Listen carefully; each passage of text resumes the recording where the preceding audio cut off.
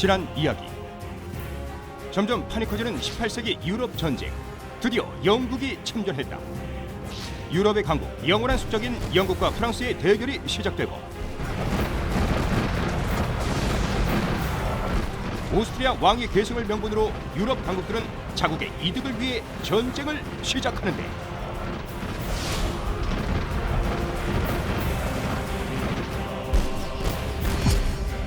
18세기 유럽 전쟁, 플랑드르 전선. 이 데팅겐 전투를 통해서 무승부이지만 네. 각자 입장이 너무나도 다르고 무승부인 듯 무승부 아닌 이렇게 끝났는데 사실 저희가 지금 계속 얘기하고 있는 건 오스트리아 왕위 계승 전쟁이잖아요. 그럼 결국 이 전투로 인해서 오스트리아에는 어떤 영향이 미쳤나요? 오스트리아에는 어떤 영향을 미쳤는지 아직 저는 잘 모르겠지만 데팅겐 전투에서 무슨 일이 있었길래 목소리가 이렇게 되신 거예요? 감기 걸렸어. 여러분들 감기 조심하시길 바라겠습니다. 감기 조심하세요. 어떤 영향을 미쳤습니까? 네. 이걸로 다시 전세가 역전이 돼요. 영국이 참전하고 바이에른까지 오스트리아군이 밀어붙이면서 1742년에 카를 알브레이트가 황제가 됐거든. 카를 7세로 네. 신성 로마 황제가 됐는데 네. 이제 오스트리아의 공세로 자기 고향인 바이에른까지 다 빼앗겨 버립니다. 네. 보헤미아도 오스트리아한테 다시 돌려줍니다. 그리고 데팅겐 전투 이후로 완전히 전세가 꺾이니까 네. 카를 7세는 아무도 도와주질 않아갖고 그러니까요. 거의 굶고 있었대요. 아. 그래갖고 그때 프랑스 원수가 네. 가가지고 이게 너무 불쌍한데 그럼 하는 말이 왕이 굶는 거를 도와주는 건 왕이 당연히 허락하겠지. 그래갖고 요즘으로 하면 수표를 써줘요. 이거라도 어떻게 그 정도. 적선을 한 거네요? 네. 그러다가 한 1745년에 사망하세요. 아이고야. 이렇게 되니까 프랑크푸르트 보헤미아 이쪽에서 카를 7세 선고 무효라고 자기들이 무효 선언을 하고 마리아한테 다시 복속을 합니다. 아 그래요? 네. 그래서 또 마리아 테레지아는 대단한 게 자기 남편 프란츠를 신성 로마 황제로 세웠죠. 즉위시키는데 카를이 했던 프랑크푸르트로 와요. 야 이분 쎄. 일부러 네. 그래서 거기서 대관이 보란 듯이. 아니 근데 여지껏 30년 전쟁 이후부터 지금까지요. 작센하고 바이에른은 무슨 죄를 지었길래 계속 작살이 나고. 어떻게 보면 지리적으로 어쩔 수 없는 아, 운명을 진짜 타고 나는 통로야 거죠. 저기가 네. 하필이면. 그러니까 우리 지난번에 말씀드렸지만 돈을 벌 수 있는 것, 무역의 요지는 네. 전쟁의 요지다. 아, 그러니까 작센 바이에른 같은 것은 흥하면 흥하고 터지면 터지는 것이다. 그럼 이제 바이에른, 작센, 보헤미아, 오스트리아가 어느 정도 점령하면서 대충 좀 정리가 되는 느낌이네요. 아 근데 이 데팅겐 전투의 결과가 네. 프리드리 대왕으로 하여금 매우 불안한 마음을 갖게 만듭니다. 그렇죠. 지금 프리드리는 상당히 안 좋은 상태죠. 더군다나 이 오스트리아가 프랑스군을 격파해서 네. 라인강 너머까지 쫓아내버렸거든요. 그렇죠. 네. 그 다음에 또 이탈리아에서도 모든 전세가 오스트리아군한테 유리하게 돌아갑니다. 그러니까 이제 프리드리가 이제 고민이 되는 거죠. 야 이거 내가 오스트리아하고 이제 조약을 맺었는데 이거 조약이라는 게 뭐 힘센 쪽이 딱 깨버리면 그럼 그만이죠. 끝 아닙니까? 네. 그러니까 거기다 또 있어요. 프랑스가 당하고 보니까 이 모든 게 프리드리 때문이야. 그렇지. 그리고 막 앞에서는 이래놓고선 뒤에 가서 배신 때리고. 그러니까요. 지금 자꾸 교수님 말씀 맞는 게 어. 프랑스가 돌아가서 생각하는 거야. 내가 왜 맞았지? 잠깐만. 아, 그래서 막 고민하고 있어. 아, 야 이거 내가 왜 맞았는지 이해가 안 가고 있는데 그때 프리디 쪽에서 대사가 와서 바로 합니다. 뭐라고 합니까? 네가 지금 여기서 그 지나가는 뭐 없어 그런 지나간 거. 비밀리에 프랑스하고 동맹 관계를 회복해요. 아 나 진짜 이 아무 의미도 없는 동맹 정말 이거. 프레들이 답네요. 아니 근데 이거는 프리디로서는 그 발빠르게 대처할 수밖에 없는 게 제가 지금까지 말씀드렸듯이 어느 한순간에 단 한 번의 전투로 모든 여건이 오스트리아한테 유리하게 돌아가거든요. 맞아요. 그러니까 이거예요. 오스트리아가 모든 여건이 유리하게 돌아가면 오스트리아가 노릴 첫 번째 타겟은 슐레지엔이다. 아 맞아. 그럼 그 타겟은 나다라고 그쵸. 생각합니다. 그리고 프랑스 입장에서는 아무리 얄미워도 안 받을 수 없어. 안 받을 수가 없죠. 이 조건은 왜냐면 안 받을 수가 결국 없어. 쟤를 끌어들여야 난리 미천이라 회복할 수가 있으니까. 이게 재밌어. 아 재밌어. 근데 정말로요 이런 국제 정세의 관계와 외교를 배우면 지금 우리나라에도 적용이 될 것 같다는 생각이 들 정도예요. 근데 세상 사는 게 조금 복잡해지긴 하겠죠. 어쩔 수 없어요. 저희는 복잡할 수밖에 없는 지정학적 위치이기 때문에 배워야 됩니다. 우리가 작센이었나요? 그렇게 하지 마. 그렇게 하지 마. 우리 플랑드르 정도로 빠지. 그러다 보니까 이제는 더 이상 프로이센과 오스트리아만의 전쟁이 아닌 결국엔 본격 유럽 전역의 전쟁으로 치닫고 있는 오스트리아 왕위 계승 전쟁입니다. 과연 이때 당시의 전장에서는 어떤 무기들이 사용이 됐는지 무기고 먼저 만나고 오시죠.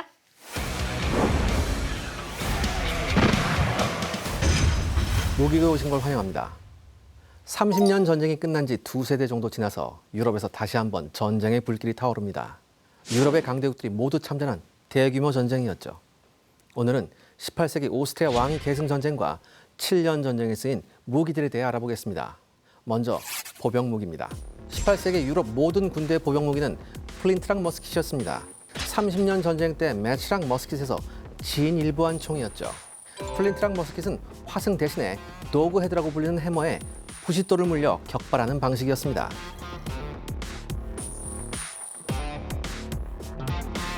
영국의 브라운 베스, 프랑스의 샤를빌, 그리고 프러시아의 포스탄 플린트락 머스킷이 당시에는 유명했죠. 탄약 역시 진보가 있었습니다. 1회 발사 분량만큼 화약과 탄환이 일체형으로 기름 먹인 종이에 쌓여 있었죠. 이를 카트리지라고 불렀는데요. 병사 한 명당 보통 20개의 카트리지를 휴대하고 있었습니다. 이런 발전 덕분에 플린트락 머스킷의 발사 속도는 화승총에 비해 2배나 빨라졌습니다. 심지어 우천시에도 어느 정도 사격이 가능했죠. 사정거리는 180m 정도였지만 50m 밖에서 명중을 기대하기는 힘들었습니다. 백병전에서는 소켓식 총검을 총구에 꽂고 마치 창처럼 사용했습니다. 또한 헌팅 행어라는 비교적 짧은 곡도를 썼죠. 그리고 18세기 보병들에게는 수류탄도 있었습니다. 이 수류탄을 사용하는 병사들을 척탄병이라고 불렀는데요. 당시 척탄병은 최정예 보병이었습니다. 보병 장교들은 플린트락 피스톨과 레피어 타입의 검을 휴대했습니다. 그리고 보병들의 일제 사격을 통제하는 장교들은 여전히 할베르트를 들고 지휘했죠. 이번엔 기병을 한번 살펴봐야겠습니다. 당시 기병 중에 갑옷을 입은 기병은 큐라시어였습니다. 하지만 갑옷은 30년 전쟁 때에 비해 대폭 간략화되었죠. 상부 몸통만 보호하는 갑옷을 착용했습니다. 무기는 레피어 검이었지만 피스톨도 휴대했습니다. 심지어 일부 큐라시어들은 카빈총을 들고 다녔죠. 사실 카빈총은 용기병 드래군의 주력 무기였습니다. 이 당시의 휠락 머스킷은 더 이상 카빈으로 쓰이지 않았습니다. 플린트락 카빈이 완전히 대체했죠. 드래군은 갑옷을 전혀 입지 않았습니다. 신속하게 말을 타고 이동해 적을 기습하는 역할을 주로 했습니다. 또한 정찰대로서도 활약을 했죠. 이들도 레피어를 차고 있었지만 레피어를 쓰는 상황이 왔다는 것은 드래군의 임무를 포기한다는 것과 마찬가지였습니다. 이 시기에 주목할 기병은 경기병 푸사르였습니다. 프랑스에서는 샤쉐르라고 불렀죠. 이들은 오로지 스피드로 승부하는 기병이었습니다. 따라서 카빈이나 피스톨 등의 화기는 보유하지 않는 경우가 많았습니다. 샤벨 혹은 사브라라고 하는 기병도를 썼습니다. 영어로는 세이버였죠. 갑옷은 전혀 입지 않았고 특유의 모자를 썼습니다. 마지막으로 포병의 무기들을 알아보겠습니다. 이 시기에도 대포는 결정적 역할을 할 때가 많았습니다. 가장 일반적인 캐논의 경우 3파운드 포부터 24파운드 포까지 그 종류가 다양했죠. 보통 쇠공인 솔리드탄을 썼는데요. 사정거리는 1.3에서 2.2km 정도였습니다. 하지만 적 보병이 가까이 접근했을 때는 캐니스터탄을 사용했습니다. 원통 안에 총알에서부터 못 등 갖은 쇠붙이를 넣고 발사했죠. 캐니스터탄과 비슷한 성격의 포도탄도 있었습니다. 이 포도탄의 위력은 무시무시했는데요. 보병 밀집 대형의 포도탄을 발사할 경우 보병들은 말 그대로 산산조각이 났습니다. 캐논 말고도 하위전하는 곡사포가 이때 등장합니다. 포탄을 적의 머리 위로 발사할 수 있었던 하위전은 사정거리가 캐논의 절반에 불과했죠. 하지만 제대로 맞기만 한다면 적 보병의 대형에 큰 구멍을 낼 수 있을 정도로 위력이 막강했습니다. 이상으로 오스트리아 왕위 계승 전쟁과 7년 전쟁 당시 무기에 대해 알아봤습니다. 유럽을 또 한 번 포화 속으로 몰아넣을 대규모 전쟁이 시작됩니다. 과연 기세를 잡은 것은 어느 쪽이었을까요?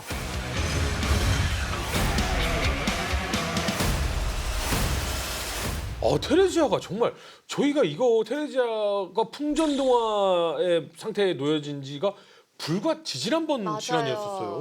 그러니까 이렇게 되니까 작센하고 바이에른이 전부 다 이제 프랑스와 프로이센 동맹에서 다 빠져요. 이제 딸랑 프랑스하고 프로이센만 나는 거예요. 그러니까 어떻게 보면 이건 전체적인 판세가 그동안 프로시아군한테 오스트리아가 결정적 전투에서 승리를 못했음에도 불구하고 시간이 지나도록 모든 판세가 오스트리아한테 유리하게 돌아가는 거죠. 그럼 지금 느낌으로 보면 프랑스하고 프로이센만 이제 동맹으로 남았기 때문에 그리고 둘이 서로 사실은 돕기 위해서는 프랑스는 가장 노리는 곳이 프랑드르 쪽으로 올라가는 길이었잖아요. 그러면 프로이센도 내려와서 둘이 이렇게 연합을 결성하는 게 제일 좋은 위치 아닌가요? 아 그렇게는 안 하고요. 프랑스도 이 꼴을 겪고 깨달은 거지. 그러니까 이제 프로이센하고 동맹을 맺었지만 쟤들하고는 같이 못 놀겠다. 우리가 왜 쟤네 땅 갖고 싸우냐. 우리 거 먹으러 가자. 그래서 프랑스는 프랑드로 진격하고 프로이센은 네 거기서 그냥 네 거 먹어. 프리드리히는 무조건 실내지에 먹는 거예요. 그게 끝이에요? 먹을 수 있는 만 먹자. 체하지 않게. 네 거 먹어서 오스트리아만 막아. 이런 작전이죠. 이제 판이 바뀌어요. 이제 각자 자기 거 먹자. 프랑드르는 근데 한번 노렸다가 대차게 맞지 않았어요? 한두 번이 아니에요. 근데 프랑드르는 뭐. 근데 이때 프랑스 내부에서 조금 변화가 생깁니다. 새로운 인물이 나오죠. 이제 sak스 지방의 백작이었던 모리스가 새로운 육군 원수로 임명이 됩니다. 그래서 보통 이제 우리가 sak스 백작이라고 하는데 아 이제는 왕이 안 나서는군요. 아니요. 이때 루이 15세가 또 직접 출격. 왕이 또 나가요? 루이 15세가 사실 어려서 지금 섭정을 했거든요. 네. 그러니까 내가 이제 유럽은 또 왕이 전쟁터에 나가면 인기가 급상승하는. 그런 것 같아요. 예. 지금도 영국 그 황태자가 전쟁에 나갔다 들어온 다음에 인기가 엄청 많이 올라왔다. 그러니까 우리는 조선 시대부터 왕이 군대 지휘를 안 해요. 아예 사열도 안 합니다. 그러니까 명목상으로라도 왕이 갑옷 입고 내가 사령관이다 이거를 하면 네. 난리가 나요. 맞습니다. 이때 프랑드르로 전운이 감돌면서 이때 루이 15세도 직접 친정을 나가게 되고요. sak스 백작하고 같이. 근데 이 sak스 백작은 기존에 조금 프랑스 원래 좀 프랑스 대원수 뭐 이렇게 하면 전투 방식이 나쁘게 말하면 좀 고리타분해요. 그러니까 어디서 만나서 싸우기로 하자. 뭐 이렇게 해서 일단 너네 몇몇 명 됐든 우리도 몇몇 명이 됐던 그냥 한 번으로 완타치를 붙고 끝나자 뭐 이런 식이래요. 근데 이 sak스 백작은 좀 달랐어요. 우리가 이런 식으로만 하면 쓸데없이 국력을 낭비할 수 있다고 생각을 해요. 더군다나 이때 이제 국본군이 들어와서 아직 활약을 하고 있었을 때거든요. 네. 그리고 국본군이 어떻게 보면 대단히 기세를 올릴 때였었거든요. 그래서 이 국본군을 좀 어디 우리가 유리한 지형으로 끌어들여서 우리가 유리하게 전쟁을 수행해야겠다는 생각을 sak스 백작이 하죠. 국본군은 지금 지난번 전투 이후에 그러면 그 왕가 쪽으로 돌아가서 지금 머물고 있는. 예, 그렇죠. 그러니까 이때 국본군도 뭐 한 5만 명 정도 우와. 상당히 있었는데 이 sak스 백작이 이 국본군을 유인합니다. 몽수로 프랑스 지방의 몽수로 진군하는 척하면서 이 투르네 쪽으로 유인을 해요. 이 투르네는 이 프랑드르 지방에 가는 전략적 요충지예요. 길목이에요. 그래서 이쪽으로 유인해서 국본군하고 이제 대결을 하기 위해서 이제 sak스 백작이 기다리고 있었죠. 영국은 옛날에 우리 크래시 전투했잖아요. 그때부터 프랑드르하고 영국이 친해요. 왜냐하면 이게 또 프랑스가 프랑드르를 노리거든. 이게 원래 네. 산업과 금융 중심지니까 프랑스가 노려요. 네. 프랑스의 숙적은 영국이잖아요. 그래서 또 프랑드르하고 영국이 친해. 또 옛날에 무역도 많이 했고. 그러니까 또 영국은 프랑드르를 구한다 그러고 온 거지. 근데 그 루트를 프랑스 루이 15세와 대원수가 이쪽으로 가는 척하면서 하노버 왕가와 그 연합군을 끌어들여 놓고 예. 다른 데로 간다는 그러니까 거예요? 투르네를 덜컥 점령해 버리니까 네. 이 국본군도 생각해, 저 투르네 중요한 곳인데 그쵸. 부랴부랴 와요. 완전 딱 입구네요. 예, 근데 거기에서 이미 프랑스군은 그 투르네에 있는 뽕투누아 언덕에서 진을 치고 기다리고 있었어요. 이때 프랑스군의 병력은 약 4만 8천 정도 됐었고요. 그다음에 국본군 같은 경우에는 이제 영국 조지 2세의 아들 킴벌랜드 공작이 직접 이제 지휘를 하고 있었죠. 네. 투르네에 지금 언덕 위에서 진을 치고 대기를 하고 있는데 언덕 밑에 지형으로 연합군이 지금 대기를 하게 네. 되는 상황입니까? 그렇죠, 맞죠. 그러니까 어떻게 보면 오스트리아 왕위 계승 전쟁 중에서 프랑스군이 치렀던 가장 큰 전투가 여기서 벌어집니다. 그러네요. 거의 10만에 육박하는 예. 양쪽 아마 군데. 마리아 테레지아가 지금 살아있으면 이게 왜 오스트리아 왕위 전쟁이냐? 이름 빼라 이런. 이건 플랑드르 전쟁이다. 이거 왜 이게 우리가 플랑드르 영프 전쟁. 근데 이 국본군은 대단히 자신만만했어요. 왜냐하면 프랑스군 보병이 그냥 그렇다라는 소문이 많았었어요. 그래서 야, 우리 잘 훈련된 우리 국본군이 이번 기회에 저 프랑스 애들 콧대를 한번 꺾어주자. 잘만 하면은 프랑드르 지방을 완전히 우리가 틀어지게 되고 프랑스가 저 오스트리아하고 저 프러시아 쪽으로 가는 루트를 완벽하게 이어기에 막을 수 있다라고 야무진 꿈을 꿨죠. 수적으로는 어땠어요? 아까 프랑스군은 한 4만 정도였고 프랑스군은 4만 국본군- 8천, 국본군은 5만. 5만. 근데 이게 백중세고 훈련도 비슷한데 이런 전투일수록 지형을 선점한 쪽이 거의 압도적으로 유리하죠. 그러니까 프랑스군은 못 덤빌 줄 알았어요. 이게 완벽하게 자기네가 지형을 장악했기 때문에 그냥 갈 거다라고 생각했지. 맞습니다. sak스원스가 자기가 지휘관이 되고 나서 프랑스군 한번 사열을 했대요. 애들이 줄 맞춰서 걷지도 못하는 거예요. 그래서 큰일 났네. 큰일 났네. 그래서 만약에 평지에서 착착착 했다간 안 되겠다. 언덕으로 가자 그랬다고 하더라고요. 그리고 영국군이 어디로 오든지 십자포화를 얻어맞게 포진을 해놨어요. 아, 그 언덕 위에서 내려다 보여서 어디로 오든지 공격할 수 있는 지역이다. 네, 어디로 오든지 십자포화에 걸린다. 그러면 이거 너무 압도적인 그러니까요. 지형적 우위에서 전투가 시작되네요. 그렇죠. 더군다나 이 sak스원스가 일부러 이제 뽕투나 옆에 이제 숲이 하나 있었거든요. 네. 레보이데 마리라는 숲인데 네. 언덕하고 요 숲 사이에 일부러 국본군이 올 수 있는 자리를 만들어놔요. 유린하는군요. 예, 그러니까 어쩔 수 없이 너네는 이리로 올 수밖에 없고 여기서 싸울 수밖에 없는 그런 자리를 만들어 이거 놓는다. 마치 이렇게 바다에다가 고기 잡으려고 맞아요. 이렇게 정치망, 해놓고 정치망. 네. 근데 사실 본인은 그렇게 놓으면 못 올 줄 알았대요. 근데 그럴 것 같아요. 네. 그런데 온 거죠. 영국군 1만 명이 그것도 줄 서서 이때는 왜냐하면 줄을 서니까 집단으로 오거든요. 네. 착착착 오기 시작했어. 얘들아 여긴가 봐. 가자. 이게 작전이에요? 아니면 그러니까 영국군이 도전을 한 거지. 그러니까- 아는데 돌파하죠. 충분히 영국군은 돌파할 수 있을 거라고 생각했고. 한 번 경험 있잖아요. 그렇죠. 그 대팅된 전투에서도 보면 꿋꿋하게 포 맞으면서 걸어가잖아요. 꿋꿋하게 걸어가잖아요. 그리고 그 영국군이 와서 그 킴벌랜드 공이 딱 보니까 저기 또 프랑스 기병대 매정도 들어와가 있는 거예요. 아, 쟤네 또 왔네? 이렇게 지난번에 한 번 갈았는데. 예, 예. 하여간 그래서 사실은 희생이 꽤 컸대요. 총 포 맞으면서. 그럴 수밖에 없는데요. 그런데 얘들이 속된 말로 좀 갈려 나가면서 그냥 꿋꿋하게 온 거예요. 그래서 호텔 안 드디어 하고? 프랑스군 앞에까지 왔어요. 우와. 앞에까지 왔다는 건 이제 둘이 싸울 수 있는 거리까지 붙었다는 거예요. 네. 근데 요것만으로도 프랑스 입장에서는 겁나겠다. 예상 바뀐데? 라는 걸로 한번 충격을 받을 것 같아요. 네, 여기서 이제 허준 씨가 아주 좋아할 사건이 생기죠. 제가 좋아한다고요? 네, 정말 좋아해요. 뭐 음식 파티 하나요? 일단 먹고 싸우자. 뷔페? 아마 이 얘기 들으면 앞으로 술자리에서 아마 계속 써먹을. 오 진짜. 정말 그러니까. 힌트. 100년 전쟁 이후로 끝난 것 같았던 사건이 또 생겨. 아, 나 진짜 미치겠네. 아, 네, 이거 뭐 기사도 나오는 거예요? 아직도 이런 게 살아 있어요? 그런 거. 지금도 살아 있어. 2차 대전까지 있다니까. 아니 저 좁은 숲으로 그렇게 포 맞으면서 와가지고 너덜너덜해진 상태로 기사도 정진으로 싸운다고요? 그러니까 딱 만났잖아. 네. 우리 지난번에 딱 만나면 그다음 총 쏴야 되잖아. 네.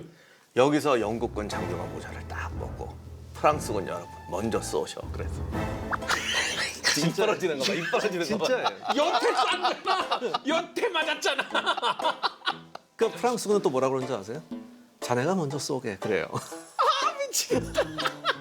근데 사실 그게 똑같이 한 게 아니고 네. 어느 영국군 장교가 그러니까 프랑스 근위대 중인가가 여러 번 먼저 쏘셔 그랬대요. 네. 옆에 있는 애들이 다 그렇게 생각했겠어. 아니죠. 속에서 아마 뭐라는 거야 이거? 이게 미쳤나 막 이랬을 거야. 근데 여기서 무효 아니야 이럴 수가 없잖아. 없죠. 아 그러면 자존심 상하지. 네. 이게 제가 안 그래도 조사를 했습니다. 네. 영국군 제1근위보병연대 사령관 찰스 헤이경이 이제 가다가 만났대요. 누굴 만났냐? 프랑스군 가르데 프랑스와즈라는 프랑스군 근위연대 사령관하고 만난 거예요.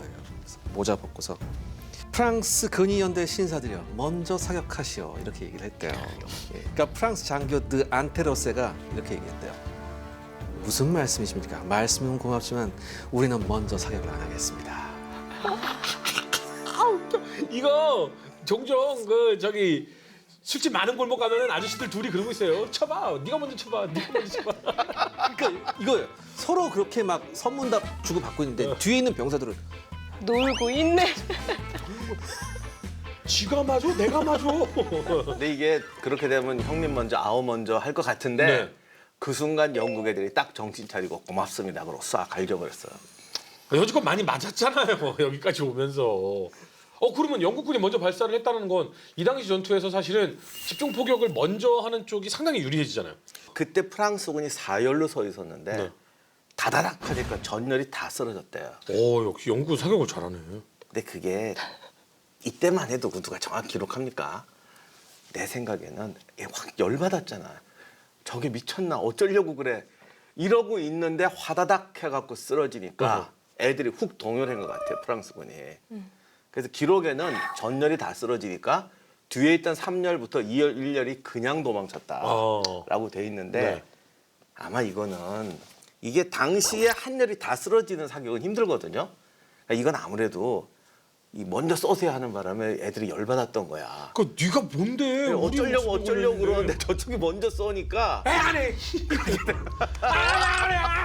이렇게 막 갔어. 충분히 그럴 수 있을 것 같아요. 그러니까요. 아니 무슨 허세를 거기서 부려. 그러니까. 병사들 목숨이 걸려. 그래서 이 바람에 프랑스 근위연대잖아요. 네. 프랑스 근위연대와 아직까지 명성이 자자했던 스위스 근위연대가 그냥 내빼버려요. 나 안 해. 그래서 우르르 무너지는데 네. 이때 또 비극이 뭐냐면 네. 데팅겐 전투에서 사고 쳤던 그라몽 백작 있잖아요. 돌격하지 말라는데 프랑스 군 끝까지 몰고 밀어버렸다. 들어갔다가 네. 아작을 내. 네. 그 사람이 삭스 백작 조카인가 그런데 아, 이 양반이 당시 그 앞 부대 사령관이었는데 포격에 맞아 전사해버려요. 먼저 쏴했다가 예. 그랬더니 프랑스군이 또 사령관까지 죽었으니까 어. 마구 밀리는 거야. 그렇죠. 근데 중간에 뭐 좀 또 프랑스 사람들 자존심이 있어가지고 몇몇 부대는 또 막으려고 그랬대요. 근데 이게 기세에 밀리니까 기세가 있지. 확 밀려갖고 거의 마지막 선까지 영국군이 진출합니다.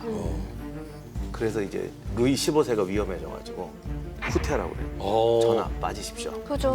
일단 보호부터 해야죠. 그랬더니 또 루이 15세가 나는 절대 후퇴하지 않는다. 가시지 그냥. 부하들 힘들어요. 이럴 땐 가는 게 돕는 거예요. 그러니까 지금 저 방어 지형이 뚫리고 저 뒷 지역까지도 밀릴 마지막 지금 선까지 밀리라는 온 거죠. 거잖아요. 그래서 이제 피하십시오 그랬는데 나는 안 피하겠다. 아, 사실 이게 루이 15세가 전쟁에서 떴으면 프리드리 2세보다 더 뜨는 건데 너는 그때 도망갔지.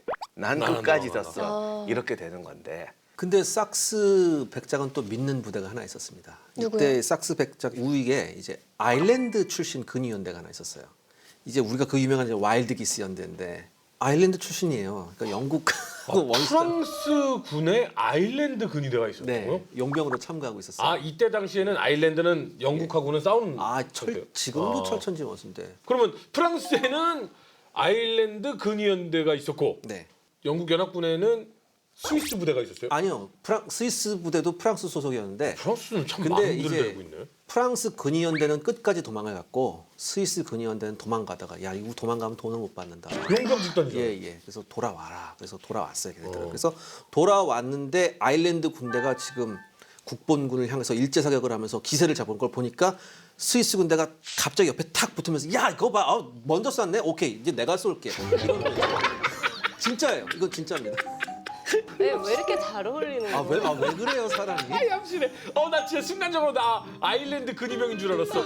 되게 많았어 방금. 이거 방금 도망갔던 놈 아니야?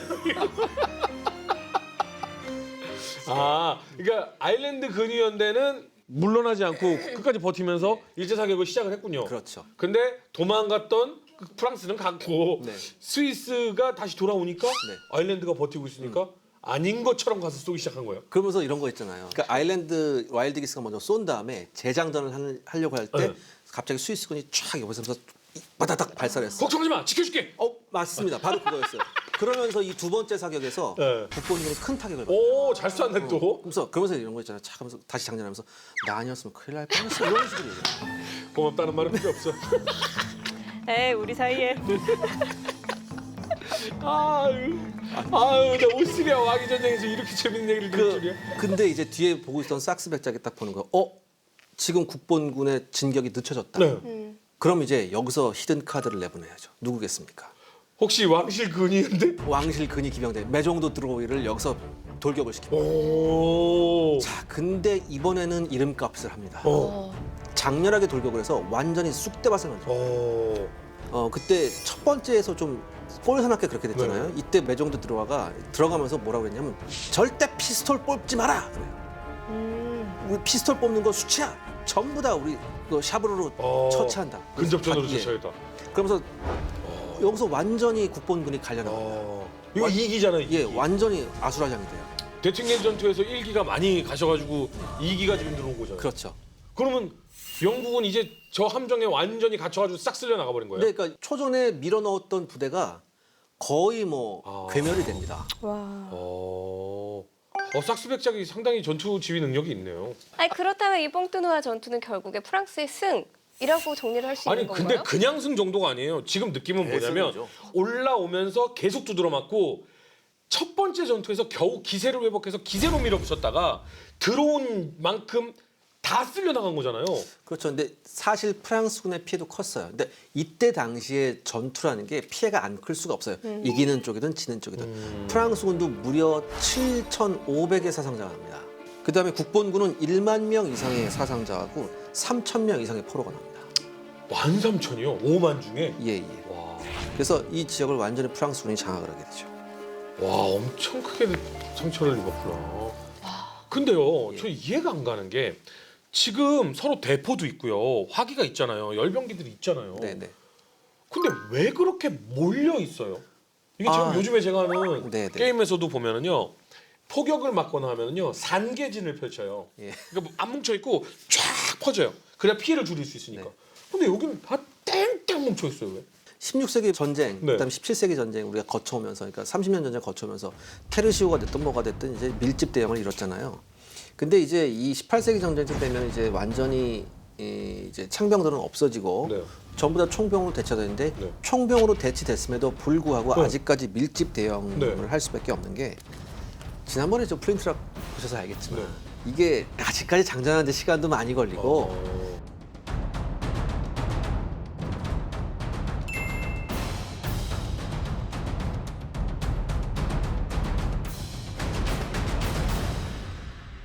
잘 안 맞고 장전 시간 많이 걸리는 총을 중구난방으로 쏘면 더 안 맞겠죠. 차라리 모여서 한 방향으로 일제히 동시에 사격하는 게 그나마 효과가 컸기 때문에, 산탄총 그렇죠. 효과 같은 거네요. 그래서 어쩔 수 없이 밀집할 수밖에 없어요. 근데 아까 우리가 왜 서로 이렇게 먼저 쏘라고 이거 있었잖아요. 네. 사실 그때 18세기 전투에 보면 의외로 사격 기회를 적한테 먼저 주는 기회가 흔했습니다. 왜요? 왜냐하면 총의 성능이 그렇게 뛰어나지 않았기 때문에 총보단 차라리 착검하고 돌격하는 게 훨씬 낫다라는 걸 이렇게 생각한 지휘관이 많았었어요. 아 그러면 쏘게 하고 예. 우리는 쏘면서 돌격할 수 있는. 그러니까 쏘게 한 다음에 차라리 우리가 돌격한다 이거예요. 아 이거 장전하는 동안. 예. 이게 훨씬 많았었어요. 그러니까 우리가 좀 이해를 못 하겠지만 그만큼 총의 성능이 신뢰할 만하지 못했다는 거죠. 그리고 백병전을 하려면 반드시 집단으로 가야 되거든요. 그러니까 우리가 누누이 얘기했지만 백병전은 집단으로 가야 돼요. 그리고 또 하나는 이때 총이 엎드려 쌓이는 걸 못해, 전장식이니까. 예. 하려면 할 수는 있는데 하려면 할 수는 아니죠. 있어. 그러니까 화약을, 그러니까 왜 총을 서서 넣느냐면 총구에다 화약을 넣으면 화약이 끝까지 가야 되잖아요. 네. 근데 엎드려서 안 화약을 되죠. 넣으면 저쪽까지 무슨 수로 화약을 그러네. 가게 해요. 아니 그러니까 그게 이번에 미국 가서 봤더니 기를 쓰고 넣긴 넣더라고. 그러니까 기를 쓰고 하려면 할 수는 있어. 근데 정말 탈진이야. 아, 왜냐하면 그 총에다가 가죽을 싸매서 막 찔러 넣으면 돼요. 그러면 끝까지 화약이 가긴 가죠. 그러니까 생각해 보세요. 그냥 서서 너무 기자만 쉽게 들어가는데 누워서 정말 몸부림을 치면서 밀어 넣어야 돼. 굳이 그래야 되나요? 그러니까 이때 당시에 총이요 생각보다 굉장히 크더라고요. 맞아요. 길어요. 굉장히 크더라고요. 제 거의 얼굴 높이거든요. 왜냐하면 거기다가 그 총검을 꺾고 창같이 써야 되기 때문에 긴 거예요. 칼도 엄청 길더라고. 그래서 정말 영상에서 한번 봤는데, 그러니까 산악지대니까 할 수 없이 하는 거야. 뭐 솔직히 하려면 할 수 있지. 한 번 하더니 정말 그 시연하면서 얼굴에 땀이 뻘뻘. 그러니까 총을 고정시키기도 힘들고 그러니까 밀어넣기도 정말 힘들고. 누워서 온몸을 밟아줬지.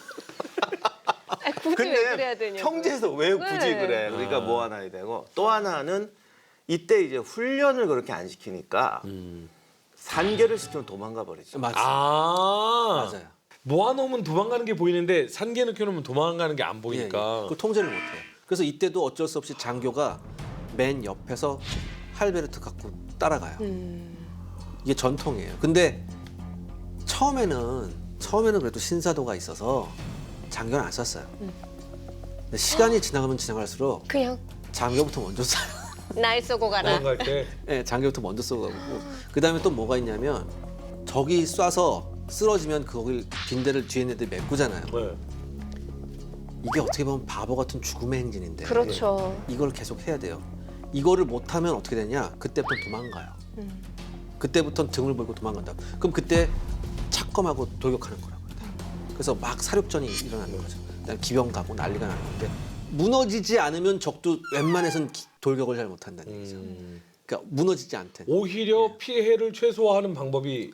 그 근데 이게 대우이잖아요. 처음에는 그랬는데 몇 번 하다 보니까 이게 이거나 저거나 그거더라. 그냥 돌격하자 이게. 그러니까 이때 어떤 사기라든가 부대 간의 신뢰, 뭐 장교가 말 타고 좀 이게 다 필요한 거예요, 사실은. 그다음에 이제 이때 중요한 게 이제 척탄병이 나오잖아요. 척탄병이라는 건 이제 수류탄 던진 애인데 사실 이때 수류탄 수류탄 던졌어. 17세기 중반부터 수류탄이 사실 나오긴 나와요.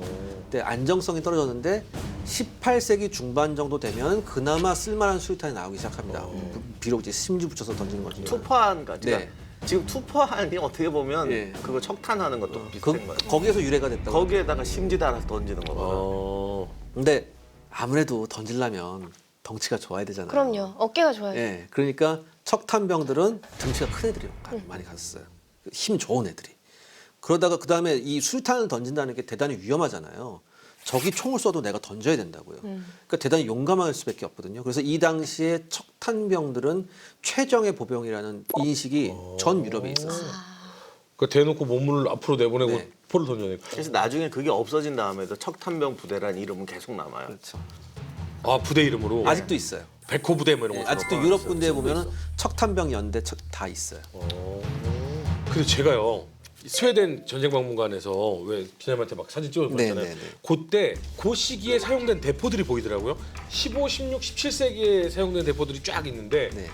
날아가는 모습을 보니까 첫 번째 대포는 날아가서 땅에 맞고 튕겨져 나가면서 치는 듯한 느낌의 그림이 있었고요. 예, 볼린 네. 네. 대포인데요. 두 번째 대포는요 날아가서 땅에 떨어지기 전에 터지더라고요. 아 그거는 1820년 이후에 장렬탄이 나와요. 아 19세기예요? 예, 장렬탄은 19세기 초에 나와요. 어? 거기는 17세기 대포라고 나와 있습니다. 땅에 떨어지면 아, 터지는. 그거는 장렬탄이 아니라 아마 그 산탄 같은 거예요. 그러니까 시한신관을 이렇게 달아놔서 위로 뻥 쏜 다음에 위에서 이제 못 같은 거 이렇게 넣었다가 팡 수류탄 터지는 같은 게 거. 아 터지는 그런 거 거예요? 있어요. 또 돌탄을 쏘면 네. 쇠탄은 퉁퉁 튕기면서 치고 나가는데 돌탄은 깨진대요. 그러면서 파편이. 근데 문제는 돌탄이 비싸요. 수렵에서 돌이 있어요. 왜냐면 다듬어서 넣어야 돼. 되거든. 다듬어야 돼. 그 다듬으려면 그냥 다듬는 게 아니라 건축가가 와서 다듬어야 돼요. 아 건축가들이 그 와서. 모양을 만들어야 아니 돼. 왜냐 완전한 구를 만드는 게 쉽지 않거든. 그리고 거기에 또 봤더니 전쟁박물관 봤더니 대포 옆에 다 뭐가 있냐면 화로가 있어. 그 집게로 이거를 이렇게 숯불구이 하듯이 데우더라고요. 포탄을. 그래서 이거 맞으면 뜨거우라고 그러는 건가? 이런 건 있을 거예요. 약간 데우면 약간 팽창을 하거든요. 그러면 딱 맞아서 가스 손실이 없어요. 그런 게 있었어요. 그래서 예전에 대포 장전하는 거 보면 정말 힘들어요. 밀어넣기가. 예. 그다음에 그 두 가지 방법이에요. 그렇게 대포알을 좀 달궈서 넣던지 그게 아니면 대포를 넣기 전에 와드라고 해서 손뭉치 비슷한 걸 넣어요. 그래서 가스가 안 새어나게. 그다음에 대포를 넣는 것도 그러니까 있어요. 대포랑 화약 다루는 게 어려워서 그 포병들이 비싸고 대로 그게 세습하고 그랬어요. 그러니까 전문 기술자 집단이에요. 그래서 포가요. 사실 그 18세기, 19세기 이렇게 오면서 포들은 되게 실용적으로 생겼잖아요. 시커멓고. 15세기, 16세기 포를 보잖아요. 그래서 보물 같아요. 디자인이 너무 멋있고 너무 예뻐. 그래서 의외로 18세기, 19세기 전쟁에 적군 포병을 잘 안 죽입니다. 우리 편으로 쓰려고. 예, 그런 게 있어요. 적군 포병에 있으면 야 하는데 일단 포 밑으로 숨잖아요. 그러면 안 죽여요. 포병이다. 그러면 이제 확 쓸고 돌아와서 계속 밑에 시작하면 나오라고 그래요. 나오라고 그러지. 넌 이제부터 우리를 위해서 일한다 막 그런 거 하나 있어요.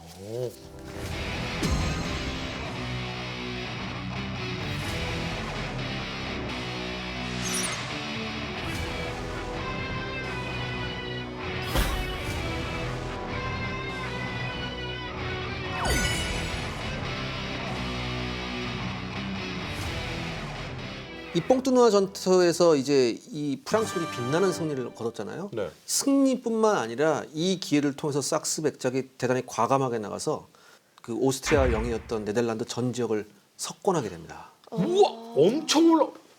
프랑드르에서 네덜란드까지 올라갔으면 엄청나게 북쪽으로 올라. 그렇죠. 바로 프리드리 땅 밑에까지 온 거네요. 그러니까 이 지방에서는 더 이상 프랑스군을 막을 전력이 아무것도 없었어요. 오. 더군다나 영국군이 주력이었었는데 국본군은 이때 영국에서 이제 제커바이트 혁명이라고 해서 왕당파가 다시 막 이렇게 하려는 혁명이 났었어요.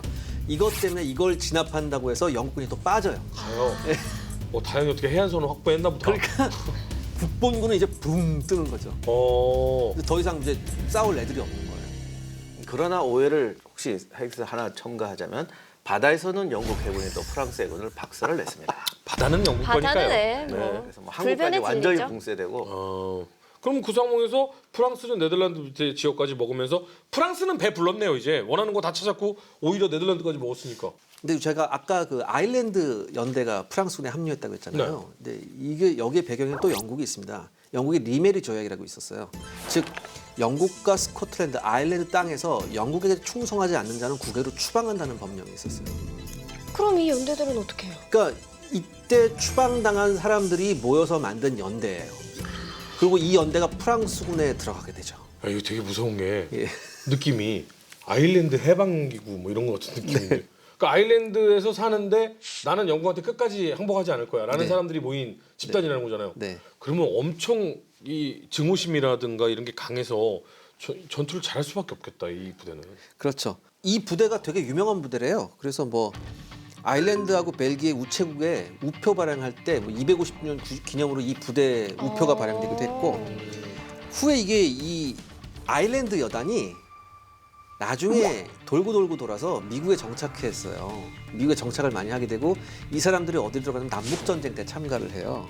그래서 엄청 잘 싸운 그쪽. 예. 아. 이게 유명한 그 69 뉴욕 연대예요. 나중에 이 69 연대의 모토가 이거래요. Remember 뽕뚜누아. 뽕뚜누아를 기억하라. 그러니까 우리가 웃으면서 대충 넘어가긴 했지만 뽕뚜누아 전투에서 지금 현재 상황을 우리가 정리를 해보면 아일랜드군 없었으면 싹 밀려버리는 상황이었잖아요. 그렇죠. 그걸 냉큼 스위스 애들이 먹어버렸죠. 아 이것들. 너도. 아 오늘 마음에 드시나 봐요. 그게. 아주 스위스에 홀딱 반했어요 지금. 복장이 조금 쪽 비슷하잖아요. 그러네 약간 아주 소녀 같은 느낌 있네. 아니야, 고맙다는 얘기 넣어도 뒤도 오지 않겠어. 근데 사실 이렇게 정말 돌고 돌았지만 이 오스트리아 왕위 계승 전쟁은 프리드리히와 마리아 테레지아의 싸움인데 자꾸 애꿎은 이 영국과 프랑스 너무 많은 일들이 일어났어요. 이 둘은 이제 어떻게 되나요? 여기서 이제 플랑드르에서 전쟁이 나는 동안 네. 프리드리가 머리가 좋잖아요. 네. 아무리 봐도 자기가 욕은 다 먹을 것 같거든. 그래서 이때 또 구경만 하고 있으면 진짜로 큰일 나겠다 싶어서 그래서 그런 건지 아니면 이 기회에 보헤미아까지 먹자라고 생각을 해서 그런 건지 오. 1744년에 프로이센이 보헤미아를 침공합니다. 아, 먼저요? 네. 아니 왜냐면 지금 분위기가 좋잖아. 플랑드르를 연합군을 프랑스가 밀어내고 있는 상황이니까 프리드리가 내려오면 양동 작전이 딱 되는 거니까. 사실 그건 아니고 아니에요? 그 전에 이게 전선이 넓잖아요. 네. 프랑스가 왜 아까 보헤미아에서 요전 나기 전에 철수했잖아요. 네. 오스트리아가 또 그걸 막 쫓아가요. 네. 막 프랑스 알사스까지 갑니다. 네. 그랬더니 프리드가 가만 보니까 오스트리아가 너무 멀리 갔잖아. 네. 보헤미아를 떠났다고. 지금인가? 이 틈에 그렇죠. 이 틈에 먹어보자. 그러니까 지금인가? 뽕뚜누아 전투가 일어나기 전 상황이네요. 그렇죠. 이 틈에 먹어보자 그러고 싹 들어가서 보헤미아를 먹어버렸어요. 네. 근데 이때 전술이 대단한 게 오스트리아가 참 만만치가 않은 게 여기서 프리드리라고 그냥 싸운 게 아니라 그러면 우리도 똑같은 작전을 쓰겠다고 해서 프리드리를 공격하지 않고 실레제인으로 가요? 보헤미아하고 저 독일의 길을 끊어버려요. 그러니까 이때 그 오스트리아 역시 그 총사령관이 로트링겐 공작인데 로트링겐의 깔을 작센을 또 꼬십니다. 야, 너 맨날 맞고 살래. 안 들려. 이제 그만 우리 좀. 프로이센한테 붙었다가 너 우리 작살났잖아. 그러니까 우리하고 해. 그래서 작센을 동맹군에 합류시킵니다. 야 그러면 보헤미아 실레제는 싹 포위가 되네요. 그렇죠. 그러네요. 그러니까 이 작센에서 제대로만 들어가면 실레지안하고 보헤미아를 차단하면서 어디든 공격할 수 있는 그렇죠. 거죠. 근데 여기서 프리드가 굉장히 이제 두 가지 큰 실수를 했던 것이 들어갔을 때 이 오스트리아군이 자기 뒤를 끊는 걸 놓쳐요. 이게 왜 그러냐면 오스트리아 경기병 그 유명한 후사르가 있는데 빠르잖아요. 예, 사실 프로이센도 있었어요. 아버지 때문에 후사르가 조금 있긴 했는데 어. 이 왜 후사르가 왜 유명하냐면 일반 기병은 말 타고 이렇게 대열져도 공격하고 이런 것만 하지 후사르처럼 이렇게 우리가 저 서부국 하면 인디안들처럼 이렇게 막 산과 숲을 다니면서 정찰하고 이런 걸 못해. 그러니까 프로이센 경기병은 그냥 정규군인 거야. 네. 벌판에서 떼짓고 네. 후사르가 부족하니까 정찰을 제대로 못해갖고 이 움직임을 놓쳐요. 그래서 퇴로가 끊겨요. 그러니까 프리들은 야 이거 그냥 싸우지 말고 빨리 튀자. 그리고 보급 마차까지 다 내놓고 튀는데 이렇게 튀니까 프로이센의 그 단단하던 그 군기구 뭐구 없이 병사들이 집단 탈영을 해버립니다. 그래서 엄청난 전투 손실이 아니고 엄청난 탈영 손실을 입어요. 그래서 오스트리아가 또 업이 되죠. 이제 보니 얘도 별거 아니잖아. 우리한테 겁먹었네. 모든 기운이 다 오스트리아로 가고 있어요 지금. 그러니까 사실 당할 때는 포위당하고 두드려 맞게 되는데 확장할 때는 어디로든 갈 수 있는 상황인 거지. 그러니까 또 오스트리아가 지난번에 실내된 양도 협정 이거 필요 없다. 이래서 1745년 6월에 마리아의 시동생이었던 카를 공작에게 5만 8천 명의 군대를 주고 실레지엔을 탈환해라라고 보냅니다. 그러면 이제 보헤미아, 바이에른, 작센, 실레지엔까지 먹게 되면 엄청난 대국이 되네요. 근데 이 프로이센군이 어려운 상황에도 불구하고 프리드리히가 일단 적이 출발했다는 소식을 들으니까 다시 한번 머리를 번개같이 돌립니다. 궁금하다 정말 이제. 아까 프리드리히가 굉장히 대단한 장군이라고 했는데 여지껏 이 오랜 시간 동안 한 번도 뭔가 대단한 걸 보여준 적이 없어. 실레지엔의 겨울에 들어갔다는 거? 근데 그것도 다 부하 장수들이 다 했어. 아니 가만히 보면 그렇진 않아요. 아직 완전치는 않지만 한 번 했던 실수는 다시 안 해요. 계속 다른 실수라니까 문제잖아요. 새로운 걸 하는 거야. 새로운 걸 할 때마다 조금씩 이제 실수를 하는데 이거 봐요. 배워가고 성장하고 있는 거예요. 부하들 입장에서 자꾸 다른 실수를 시도를 하니까. 근데 프리드리히의 또 하나 능력이 있습니다. 적이 어느 지점으로 올 거라는 걸 예측을 비교적 잘해요, 이 사람이. 특히 이때는 프리드리히 2세가 이 로트링겐이 네. 리엔젠제브리츠 산을 건너서 슐레지언으로 넘어올 거라고 판단을 해요. 네. 그리고 먼저 거기 가서 기다리고 있습니다. 그러니까 아니나 다를까 이 산을 넘어서 오스트리아군이 들어오게 됩니다. 그래서 전장이 바로 스트리가우 근교의 작은 마을인 호헨프리드베르크에서 전투가 시작이 됩니다. 다음 이야기. 또다시 시작된 프리드리히와 마리아 테리지아의 대결. 한층 업그레이드된 전력으로 맞붙은 호헨프리드베르크 전투의 결과는? 전투가 벌어졌는데 일진일퇴 공방전이 이제 계속 라인 배틀이 이뤄지는 거예요. 근데 아무래도 프로이센군이 조금 힘에 붙이게 되죠. 바로 그때였습니다.